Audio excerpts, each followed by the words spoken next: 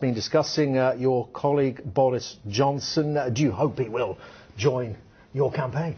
Well, look, actually, I think that's a decision for him to make. And, you know, I feel for him right now with a lot of the speculation that's taking place. Because I can only speak from my own personal position, you know, coming to the decisions that I have come to as well. It is difficult. It is absolutely difficult. And it's one that you can only make yourself on the basis of what you really believe in when it comes to Britain's place in Europe, Britain's place in the world. And, of course, that's something that Boris Johnson's going to have to work out himself. But you always believed in it, didn't you? I have done. I've been, you know, I'm quoted, I'm on the record. I spent, you know, 20 years ago I was campaigning for a referendum. And I have to say, I think there is a great tribute to be paid to David Cameron as the Conservative Prime Minister that has done exactly what our Conservative manifesto said it would do, which was to deliver the British public that referendum on our relationship. But I mean, in terms of what Union. he's, you know, we saw the sleepless nights and the hours he put in Brussels. You said before he went there that it was a waste of time. He was going naked into the conference chamber. Well, what I'd say about the renegotiation, he has invested a lot of time and effort. He has been determined and steadfast in that renegotiation. I pay tribute to him on that, I really do. I personally believe this is the best deal that he was able to get. And, you know, his role now, I mean, he's very clear about this as he went into those renegotiations as well, that he was starting from that position that he wanted to stay in the European Union and he wanted to get a new settlement to then campaign to stay in the European Union. But barking up the wrong tree, you always say, didn't you? He wasn't asking for enough. He's been clear about that, and I've got utmost respect for him for that. I really do, and I think he's conducted himself incredibly well throughout those renegotiations and in getting the deal. You're saying all that, and of course, so you should. I mean, he's been very good to you, hasn't he, during the course of your career? Well, he's our Prime Minister. Yeah, well, and indeed, and has promoted you within the party and within the government. Do you not feel a bit disloyal? I have to say, I mean, coming to the decision that I have done, it's, you know, it's not an easy one to make, and I am, you know, it has been uncomfortable as well in making that decision.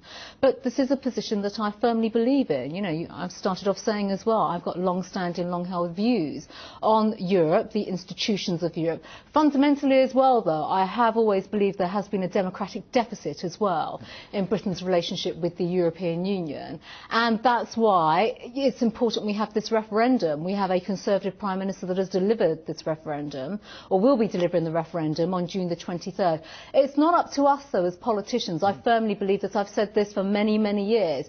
The British public should decide. It is their referendum, which is why I don't think it's about politicians and political personalities at all.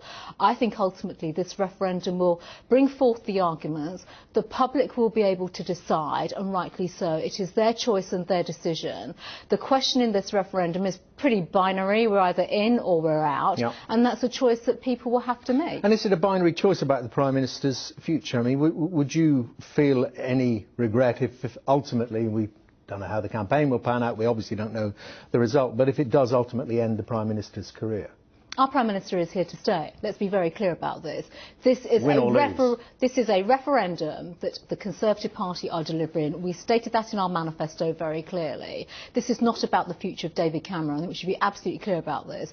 This is a referendum that he and our government have given to the British public. The public will decide as to which way we go. He himself said this morning as well when he was on television, he will conduct the wishes of the British public with whatever the decision is. He said he'd do his best. But, you know, in his heart, he wants to stay in the European Union. If you get the result you want, would you see him as the best man to dismantle the UK's relationship with the European Union? He is our Prime Minister, and he is here. He will stay. I'm absolutely convinced about that. And I don't think this is about, as I've said, this is about Europe and Britain's relationship with Europe. This is not about David Cameron, and this isn't about politicians and which way they are going to go either. So, I mean, you say, it's interesting you say it's not about personalities. So you're very relaxed then about George Galloway being on your side of the campaign. Well, actually, George Galloway has his own views, but at the end of the day, this is for the British public to make their decision. But are you glad to have him, you know, articulating the argument to leave the European Union? Gentlemen, let's be clear about this. There are a wide range of personalities and individuals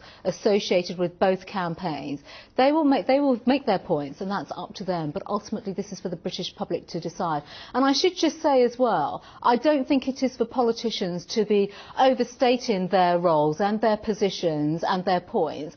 I have firmly said, and I believe this as well, that for far too long successive governments have lectured the British public in terms of Europe and the direction of travel. Successive governments, and at the same time successive governments have denied the British public a voice and their say when it comes to Britain's relationship with the European Union. So I put this down. I trust the British public, I trust the people to decide, and we will go ultimately with the choice and the decision that they make. But on the people that articulate the campaigns on both sides, you've just, or relatively recently, won the unexpected majority in the general election, and you're the mastermind behind the campaign, Linton Crosby.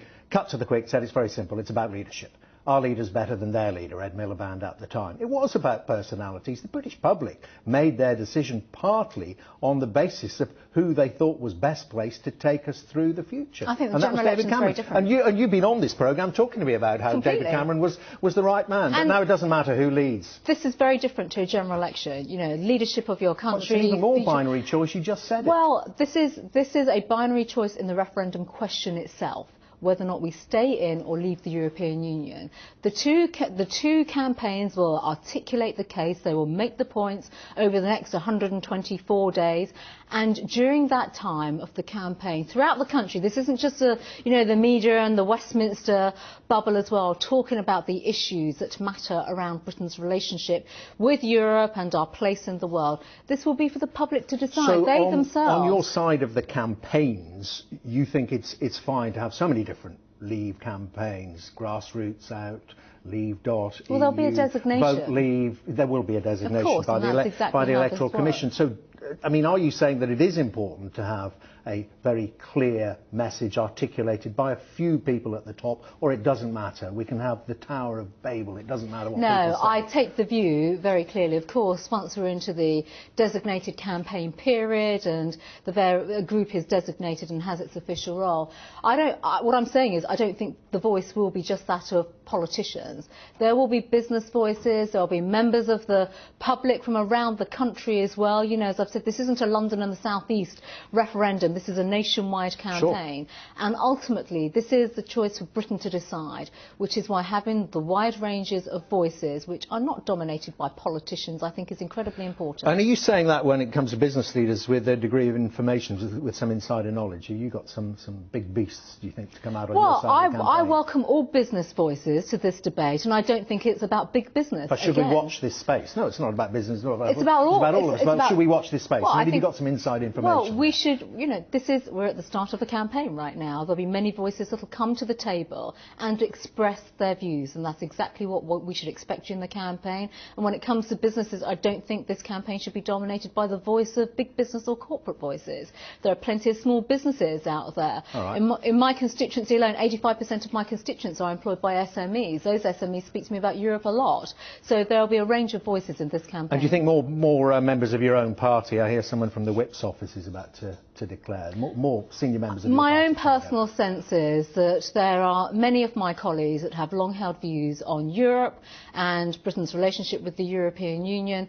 They will, I'm sure, express themselves over the next few days as well. And let me ask you this. I mean, as a unionist with a small u, and it was articulated again today, it's been pretty explicit from the Scottish National Party for a long time, that if the result you want is achieved for the United Kingdom to leave the EU, then Scotland, if it did vote individually to remain within the European Union, there would be grounds for another referendum on Scottish independence. Would you see it as a price worth paying, the breakup of the United Kingdom, to get the UK, most of it, out of the EU? I mean, first of all, when it comes to Britain leaving the European Union, I don't think we should talk ourselves down one bit at all. I'm an internationalist, and I believe that we have a lot that we can do in terms of growing our country, our economy, and flourishing outside of the European Union. So let me start with that point as well. I think Scotland is very different, actually, because the Scottish journey has evolved since the independence referendum. Let's be clear about that. We've had the Smith Commission.